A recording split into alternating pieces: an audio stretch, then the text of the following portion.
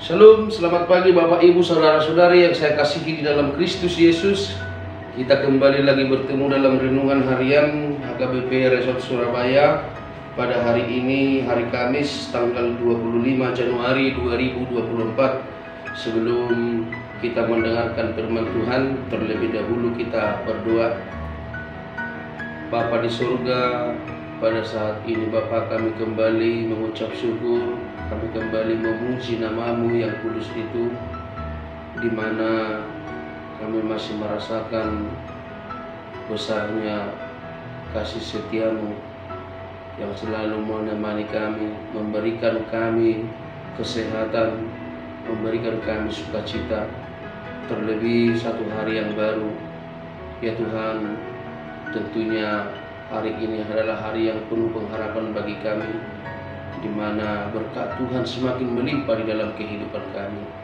Sebelum kami beraktivitas Bapa, kami ingin mendengarkan firman-Mu, kami ingin berserah kepada-Mu karena kami yakin dan percaya firman-Mu adalah pelita bagi hidup kami. Untuk itu Bapa, ajarlah kami mengerti firman-Mu dan mampukan kami melakukannya di dalam perjalanan kehidupan kami masing-masing. Terpujilah Engkau. Amin. Bapak, Ibu, Saudara-saudari yang saya kasihi di dalam Kristus Yesus, firman Tuhan yang menyapa kita pada hari ini tertulis di dalam kitab Imamat pasal 25 ayat 14. Imamat pasal 25 ayat 14. Demikian pembacaan firman Tuhan. Apabila kamu menjual sesuatu kepada sesamamu atau membeli daripadanya, janganlah kamu merugikan satu sama lain.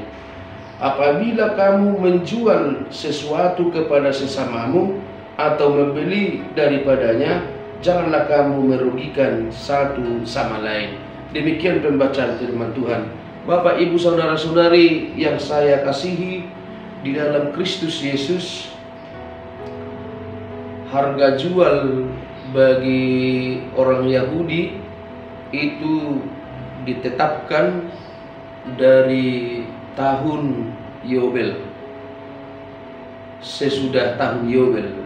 Artinya ketika tahunnya rendah, maka harga jual harus rendah. Tetapi ketika harga tahunnya semakin tinggi, maka harga boleh semakin tinggi. Artinya jangkauan harga itu, proses jual beli itu ditetapkan atau berpegang prinsip pada tahun Yobel. Apa itu tahun Yobel, Bapak, Ibu, Saudara-saudari? Tahun Yobel adalah tahun ke-50, atau yang sering kita dengarkan, tahun Yobel itu adalah tahun pembebasan.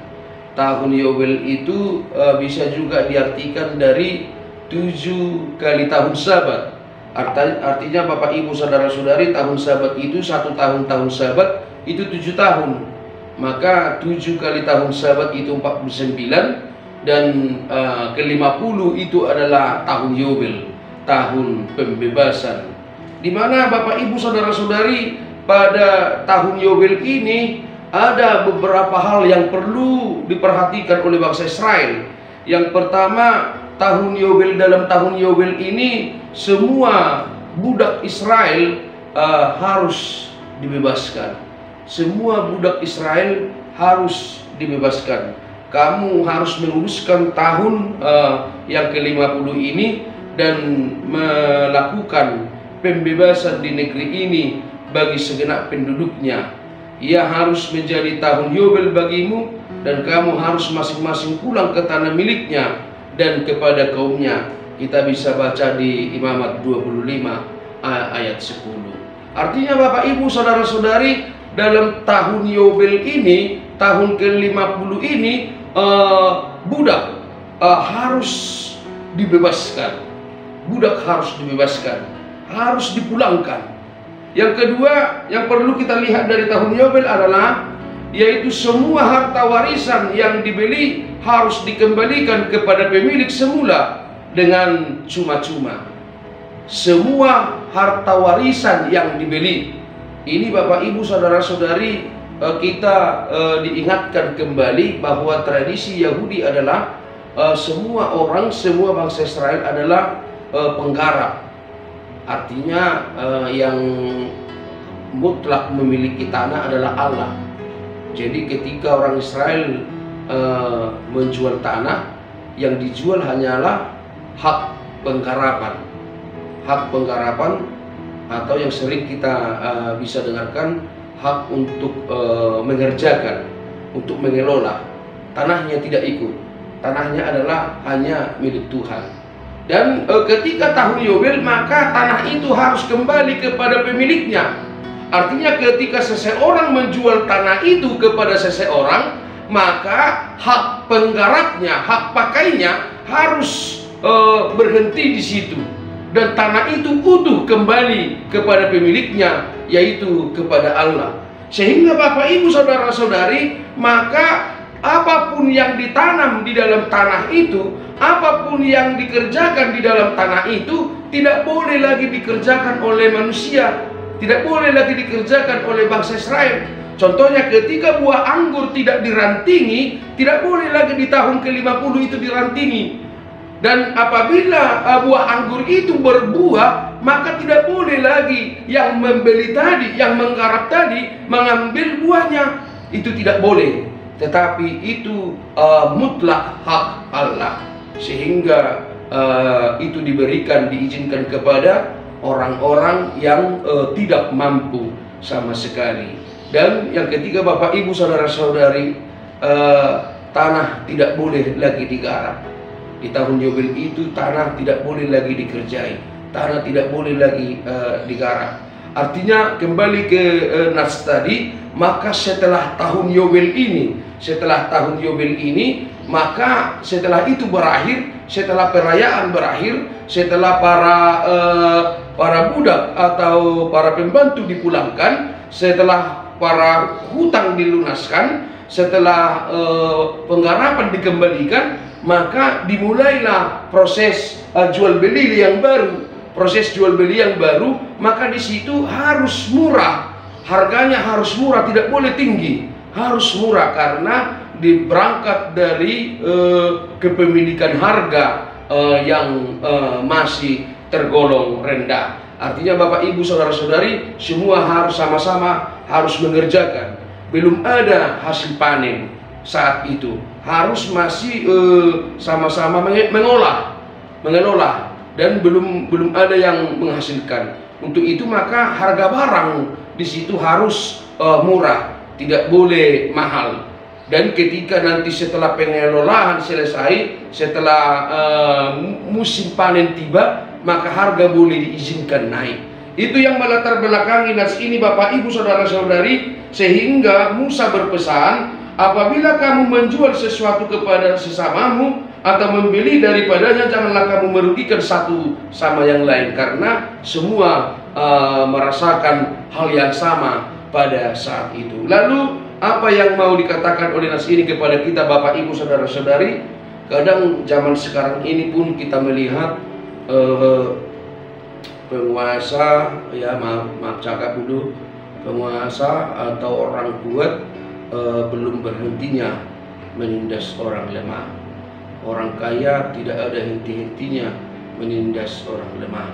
Artinya Bapak Ibu saudara-saudari, ketika barang murah dibeli oleh masyarakat, bisa saja itu barang cepat rusak. Dan yang kedua, bisa saja para penjual mengatakan bahwa itu barang yang hebat, barang yang canggih, barang yang tahan air, barang yang tahan rusak, tahan dibanting. Tetapi kenyataan sama sekali tidak ada. Kenyataannya adalah barang yang murah rusak dan tidak tahan lama. Dan begitu juga dengan penjualan atau pembelian makanan. Ya, kita melihat melalui media sosial Bapak Ibu saudara-saudari, seringkali makanan sekarang itu sudah diawetkan, sesuatu dimasukkan ke dalam makanan itu, sehingga tidak steril lagi untuk dikonsumsi oleh orang, oleh manusia, sehingga banyak yang sakit. Ada hal-hal tertentu yang demikian yang pernah kita lihat, ya, kita tonton atau kita baca lewat media. Dan begitu juga dengan situasi. Kadang ketika kita melihat situasi dia sangat membutuhkan sesuatu, membutuhkan uang, contohnya Bapak Ibu Saudara-saudari, maka kita menekan harga. Karena kita tahu sangat butuh, maka kita tekan harga di bawah sehingga kita dapat untung yang banyak. Seringkali terjadi seperti itu Bapak Ibu Saudara-saudari di dalam kehidupan ini. Sebenarnya kita tidak sadar melakukan hal itu. Kita tidak menyadari bahwa itu sebuah kecurangan yang sangat dibenci oleh Tuhan. Kita lalai dalam hal itu, sehingga sekarang kita diingatkan Bapak Ibu Saudara-saudari, bagi pengikut Tuhan, bagi yang mempercayai Tuhan, bagi yang mau menyembah Tuhan, yang percaya kepada Tuhan, jangan memiliki sifat atau hal-hal yang seperti itu. Artinya Bapak Ibu Saudara-saudari, mari ketika kita memang mempunyai profesi sebagai pedagang, marilah berdagang dengan baik, dengan jujur, tidak bermain di harga, tidak bermain di timbangan. Ini kadang sudah bermain di harga, sudah bermain di timbangan. Ketika kita menjadi konsumen atau pembeli, Bapak Ibu Saudara-saudari, janganlah menekan harga di bawah dari modal penjual, sehingga yang menjual itu kepada kita rugi. Sudah diberikan yang terbaik, kita malah bersungut-sungut dan meminta lebih lagi. Tetapi nas ini mengajarkan kepada kita, sebaiknya pembeli ataupun penjual jangan saling merugikan. Artinya penjual memakai harga pasar yang baik, pembeli juga membeli dengan harga pasar yang baik, sehingga akan tercipta kedamaian dan kerukunan di dalam hidup sesama yang mempercayai Tuhan Yesus Kristus. Itu yang dipesankan oleh nas ini Bapak Ibu Saudara-saudari, sehingga marilah kita sama-sama memperhatikan nas ini. Marilah kita juga berlaku demikian. Tidak mungkin seseorang itu berjualan kalau dia mau rugi, tidak mungkin itu. Dia berjualan yaitu mata pencahariannya, tetapi ketika dia juga menyalahgunakan mata pencaharian itu, dia juga memakai trik-trik berdagang yang salah, maka tidak heran juga itu yang mau disingkirkan oleh nats ini. Itu yang mau diingatkan oleh nats ini, supaya hasil dari penjualan itu benar-benar datang kepada kita dari hasil yang dari jalan yang benar, tidak menokoh. Ada banyak sekarang penjual yang menokoh, timbangannya pun menokoh, udah menokoh di harga, menokoh lagi di timbangan.